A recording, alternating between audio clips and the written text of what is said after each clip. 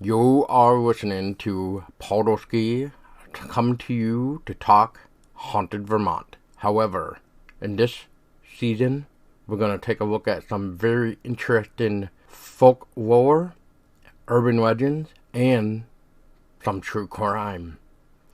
So, stay tuned and get your spooks on.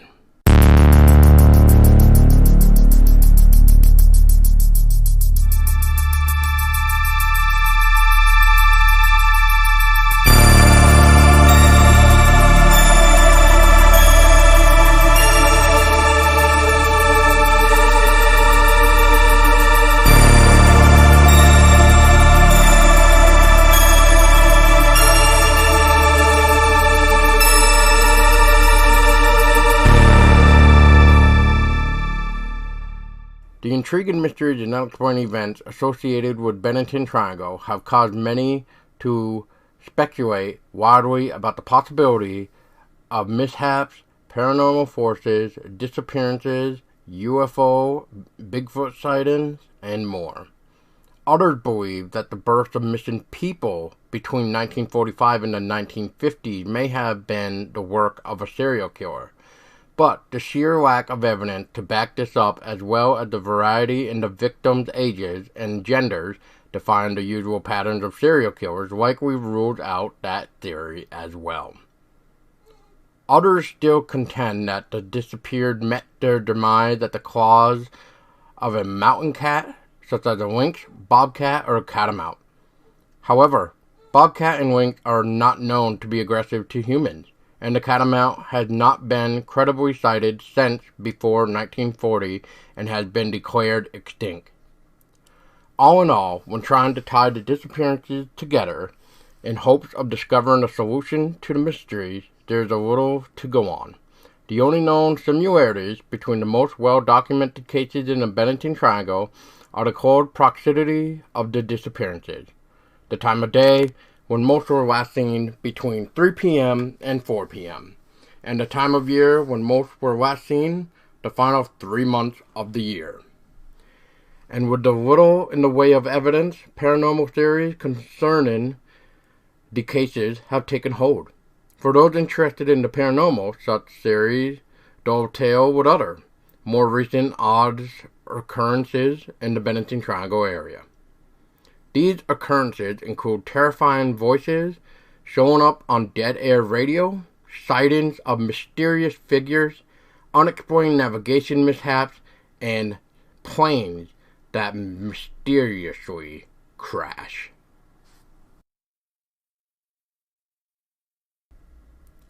The Bennington Triangle is also like the Bridgewater Triangle.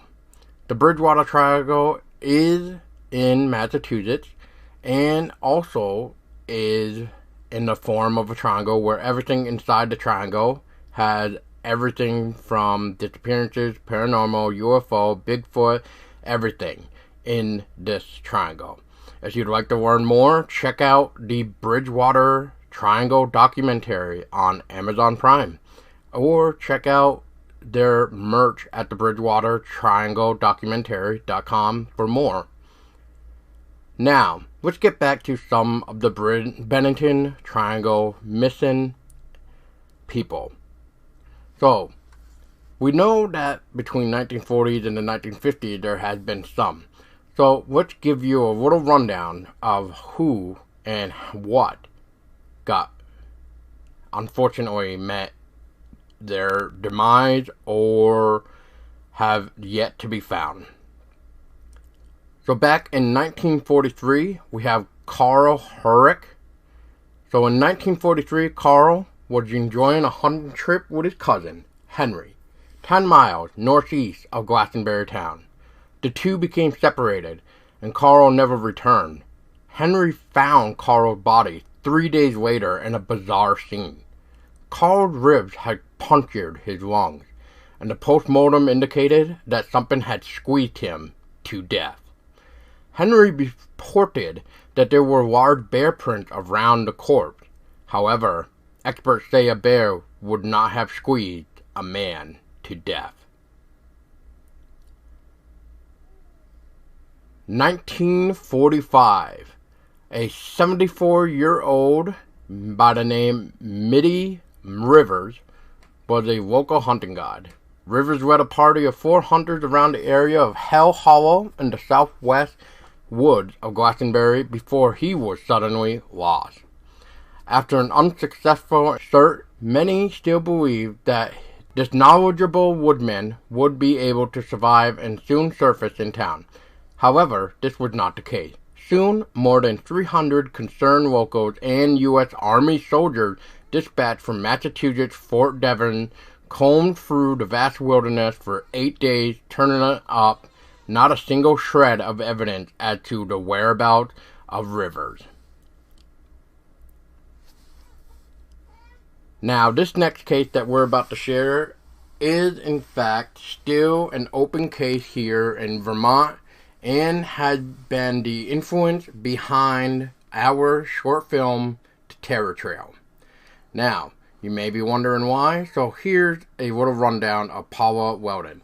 Paula Weldon was 18 years old who disappeared on December 1st, 1946. She was a student at the Bennington College who decided to one day hike a leg of the long trail during Thanksgiving break when most of her peers had returned home for the holiday. She was last seen on Sunday, December 1st, 1946, wearing easy-to-spot red and entering the long trail near Glastonbury Mountain. Weldon never showed up for her Monday classes, spurring a massive search party of more than 1,000 people and a reward of $5,000.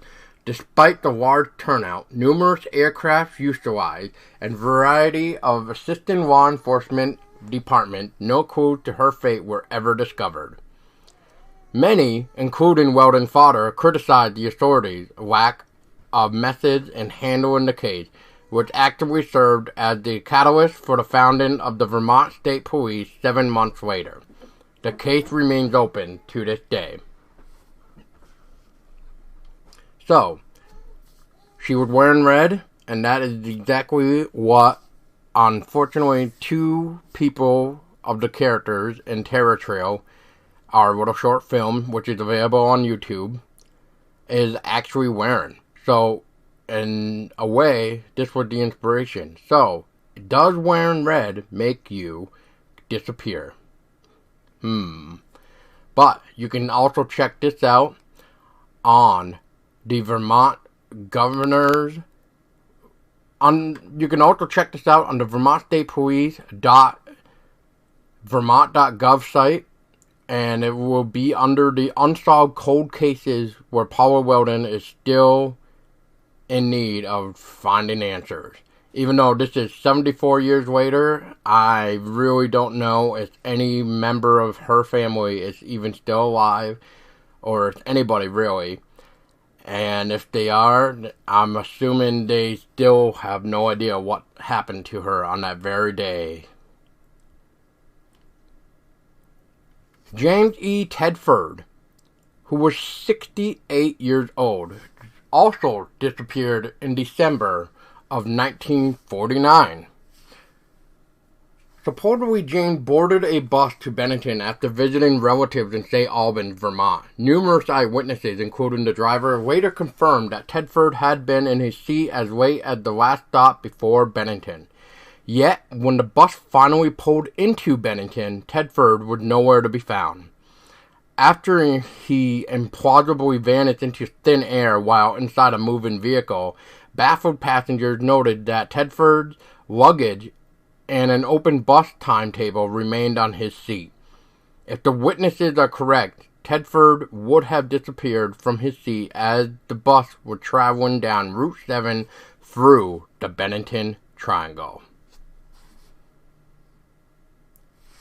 Here is another case that inspired another little small story of our film, The Terror Trail.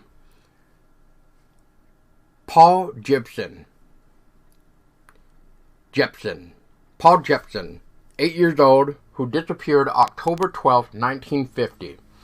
He was last seen happily playing in the family pickup truck by his mother, who left to tend to pigs at the dump where she and her husband were caretakers. Then, he vanished without a trace. In addition to the hundreds assembled for a search party, a New Hampshire sheriff brought in a bloodhound to sniff out the missing boy. The dog was able to pick up his scent, but abruptly lost the trail at a nearby crossroad, suggesting a possible abduction by a motorist. As the case dragged on without resolution, some suggested that Jepson met an early demise at the hands of his parents and was dinner for the pigs. But, in keeping with the eerie feeling of the Bennington Triangle, the boy's father told the Albany Times-Union that it was perhaps, and I quote, the lure of the mountains, unquote, that pulled in his missing son, as the boy had, and I quote, talked of nothing else for days, unquote, prior to the disappearance. Freda Wnger, who was 53 years old, also disappeared in October of 1950. Only about 2 weeks later, after Paul Jepson, 53-year-old Freda Wnger, an experienced hiker and survivalist familiar with the area, went missing on the Somerset area of the Long Trail bordering East Glastonbury. After hiking a brief half-mile with a cousin, Herbert Eisner, Wnger fell into a stream and set back to their camp to change her clothes, where her husband was resting with a hurt knee. But neither her husband nor her cousin ever saw her again. Helicopters from the Connecticut Coast Guard and U.S. Army in Massachusetts, as well as local aircraft from citizens and the Vermont Aeronautics Commission, helped search for Wnger. As many as 400 people, including Massachusetts National Guard, searched the surrounding areas, yet found nothing. But soon they did find something, and this became the only known disappearance of the Bennington Triangle where a body had turned up. 6 months later, after she went missing, Wenger's corpse was found near the Somerset Reservoir. Curiously, an open area that had been searched extensively numerous times in the previous months. Yet even with a body, the case saw little resolution. The body had decayed so badly that no cause of death could be determined, only fueling further speculation about what kind of disturbing end she might have met. And that is a little taste of the Bennington Triangle. I hope you enjoyed. Stay tuned for more, and just like always, make sure you like, comment, subscribe, and share, because it's always interesting to learn more about the unknown.